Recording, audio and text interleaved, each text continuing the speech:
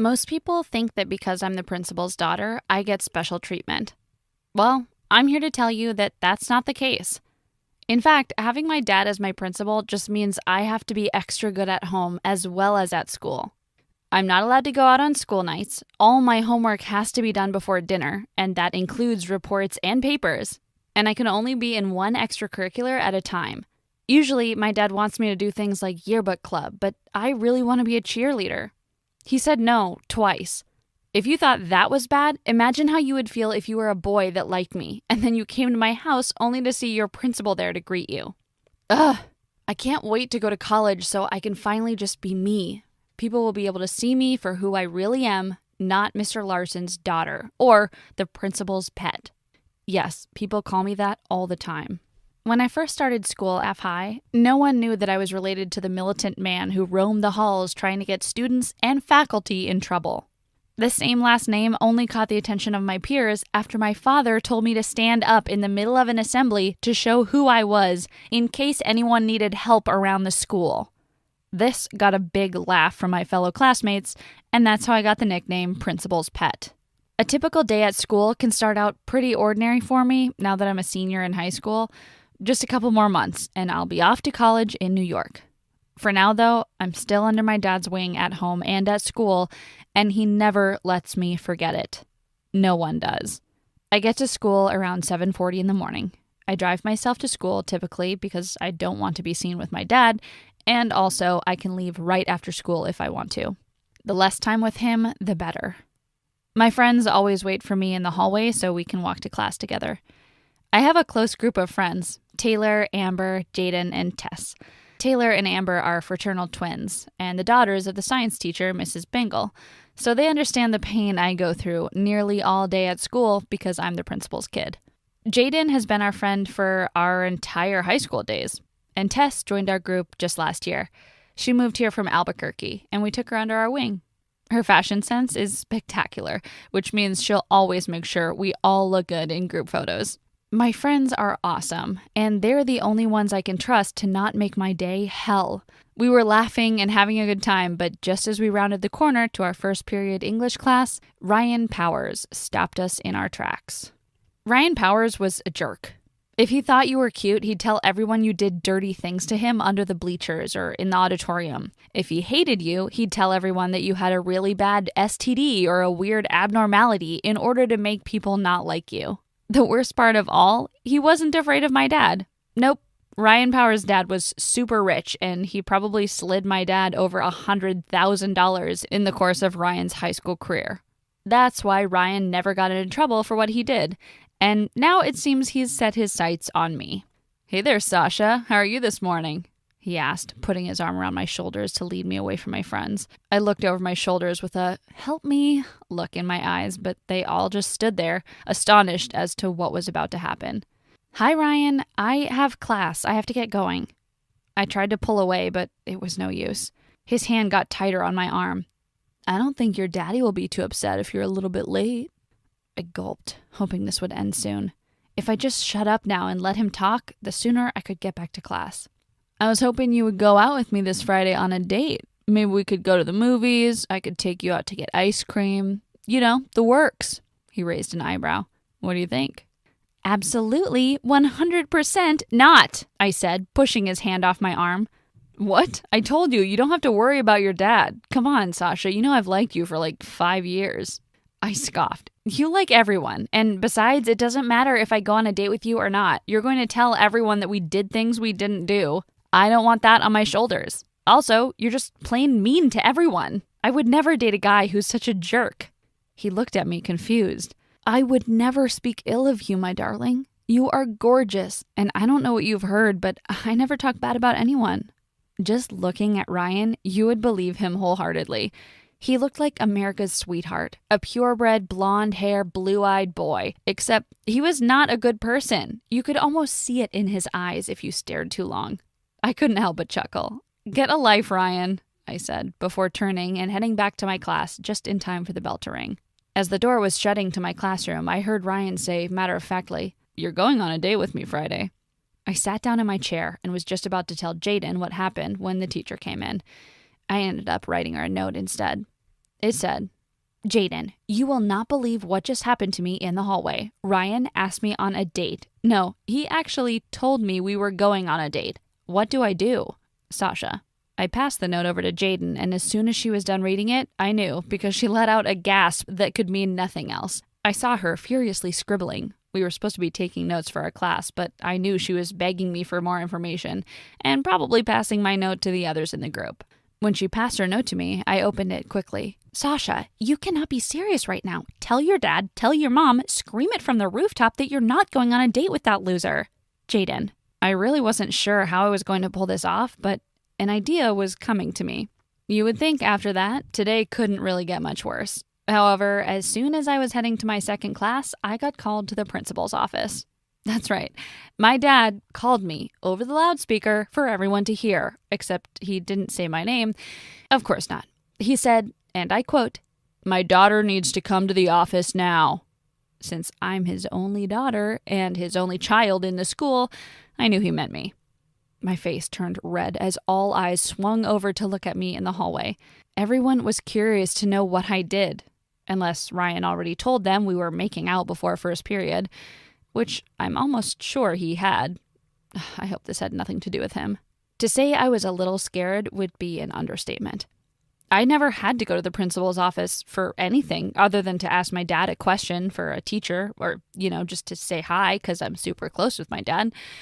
I've never been in the principal's office because I've never gotten in trouble. And I had no idea what I did now. I was sure I would find out soon. The next class I had was math, so I didn't really mind missing it. On my way to the office, I tried to avoid the hall where the popular kids hang out. I didn't want anyone to see me heading that way. They may ask too many questions or laugh and call me principal's pet, PP for short. When I got to the office, my dad ushered me inside and shut the door. He even locked the deadbolt tight. He sat down on the chair and offered me the seat across from him. Before he could even say hello, I asked, "What am I doing here?" My dad chuckled a little and said, "I've got a proposition for you, Sasha. Ryan's father called me earlier today, and he said that his company would donate $10,000 to start building the new gym if my daughter went out on a date with his son this Friday night." He paused as the words he said sank into my mind. "Aren't you excited that the new gym is going to finally get built?" I looked at him in total shock and disgust. "You're going to force me to go on a date with Ryan Powers?" I asked, nearly yelling. My father leaned back in his chair like only the best villains do and said, "Look, Sasha, $10,000, it's a lot of money. Derek Powers is a strong, powerful man that can do a lot to you and me. I'd suggest you go on this date and you smile the entire time. Now, get out of my office. I don't want to hear another word about this." I stood up to leave, and my dad, who always has to have the last word, said, "Don't let the door hit you on the way out." I couldn't believe he talked to me like that. Actually, yes, I could. This day could not get any worse. Looking back now, I probably shouldn't have said that. Leaving the office, I took a turn down one of the creepiest hallways in the school. I don't know what it is about this hallway, but it's always dark. The band room and chemistry lab are down that hallway, but there's always something even cooler. The janitor's office at the end of the hall. The one that only I have the key to. I stole it off my dad's keyring a long time ago, and my friends and I have been using it as our hangout when we want to skip class for as long as I can remember. All I had to do was send a quick text to my friends, and they'd meet me here if they could. I pushed the door open to the janitor's closet and was happy to see that our things were still where we'd last put them. Some chairs from the choir room, a stack of books from the library that are banned, a few snacks from the teacher's lounge that we confiscated one day during an assembly. It was our own little hideout, and we could only go there when class was in, or else risk being seen. I texted Jaden and the twins, but only Taylor, Tess, and Jaden were able to sneak out of class. Amber was taking a test that she'd been studying for 4 weeks, so we didn't want to disturb her. Now, you may be asking, wasn't I worried about being caught or getting into trouble for skipping class? The short answer is no. The long answer is that I've been doing it for so long that I know which classes the teachers won't care or pay attention to how long you're gone, and even if I do get in trouble, all I have to do is say I was talking to my dad and the teacher will shut up. I kind of liked having that power. Soon after the text, I heard our signature knock on the door. 3 short taps and 2 long ones. I tapped back on the door to show that I was there, and ready to flip the lights on as soon as whoever was on the other side entered. We kept the light off when the door was open so no one would suspect anything weird going on down the creepy hallway. The door opened, and in stepped Jaden.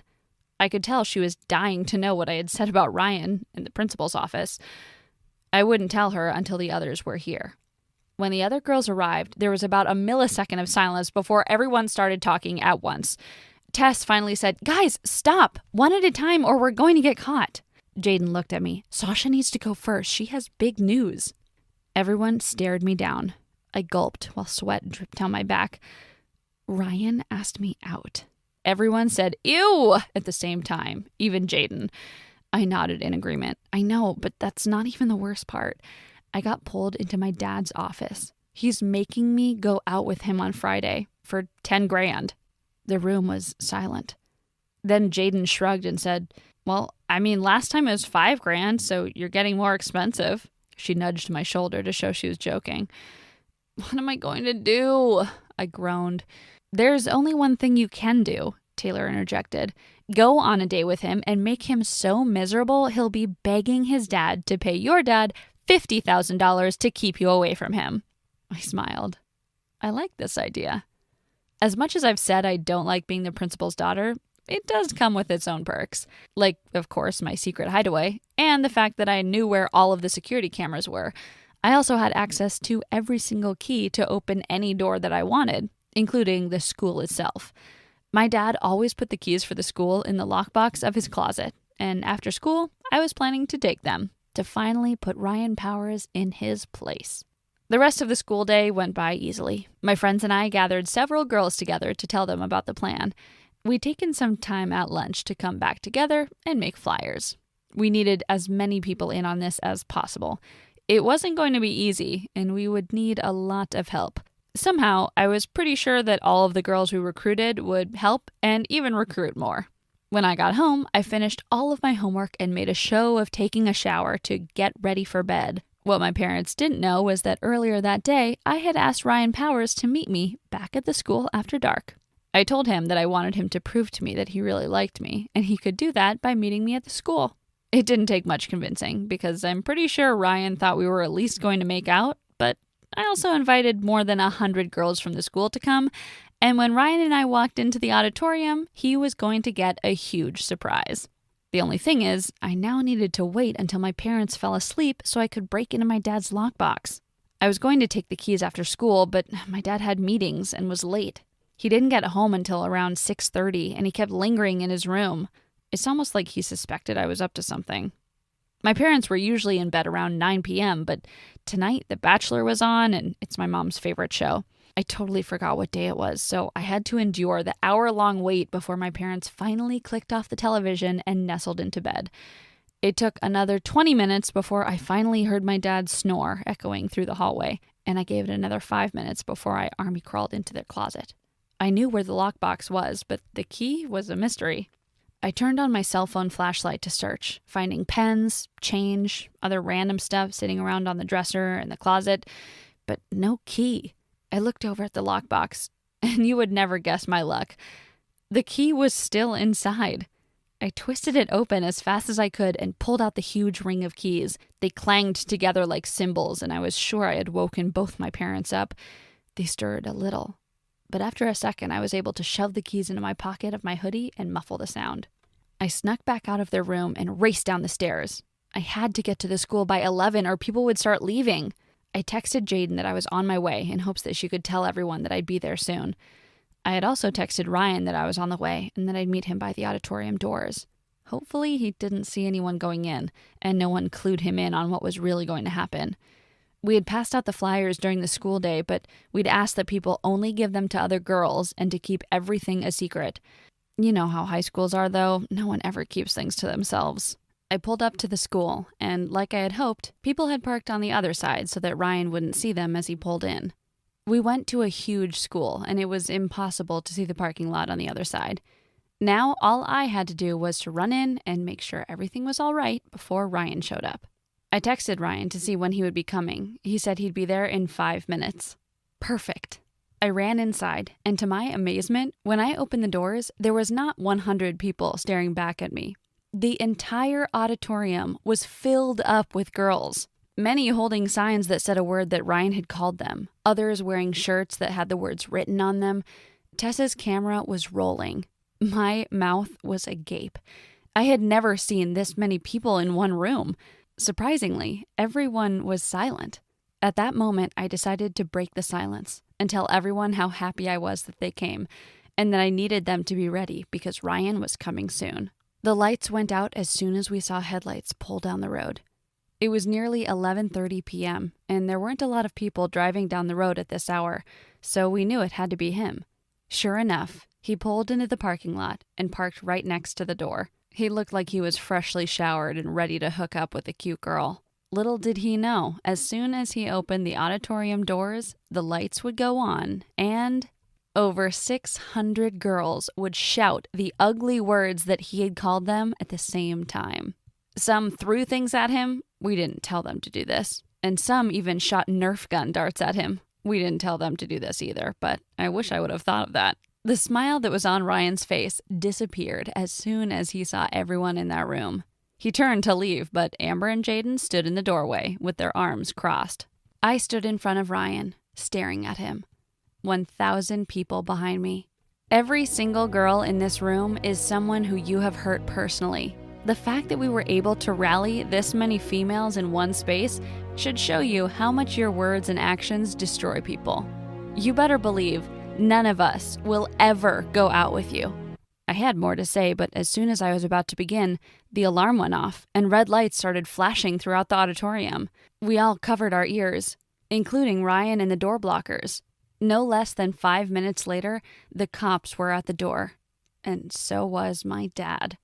Crap, I thought to myself as I saw his beady eyes staring at us all through the glass. The doors opened and my dad ran into the room. "What the hell is going on here?" he asked, looking at me, then at Ryan and everyone else in the room. "Dad, these are my friends," I said, pointing to everyone in the room, "that all came together to tell Ryan Powers that he is not a good person. I do not want to go out with him, and I do not want you to take $10,000 from his dad just so you can flaunt your school. This ends today." My dad rubbed his head and looked at the cops. "I don't know what she's talking about," he said, shrugging his shoulders. One of the cops looked at my dad. "So, you're telling me that 1,000 high school girls came together to tell a bully he's a jerk?" We all nodded. A huge grin went across the cop's face, and he said, "All right." He coughed and said, "One more question. Did you say that your dad was taking bribes from Devin Powers?" We all nodded again. "Mr. Larson, you are under arrest for extortion. You have the right to remain silent. Anything you say can and will be used against you." I became a legend after that day. My dad got into some huge trouble for taking money from Devin Powers, and Mr. Powers is now in prison. My dad lost his job, but there's a silver lining to that. He's not the principal anymore, and he's actually a pretty cool dad when he's not stressed out. That doesn't mean he didn't get really angry with me, but I explained to him why Jaden, Tess, Amber, everyone else, and I did what we did. It's not about trying to be rebellious or get someone in trouble. It's about standing up for oneself and other people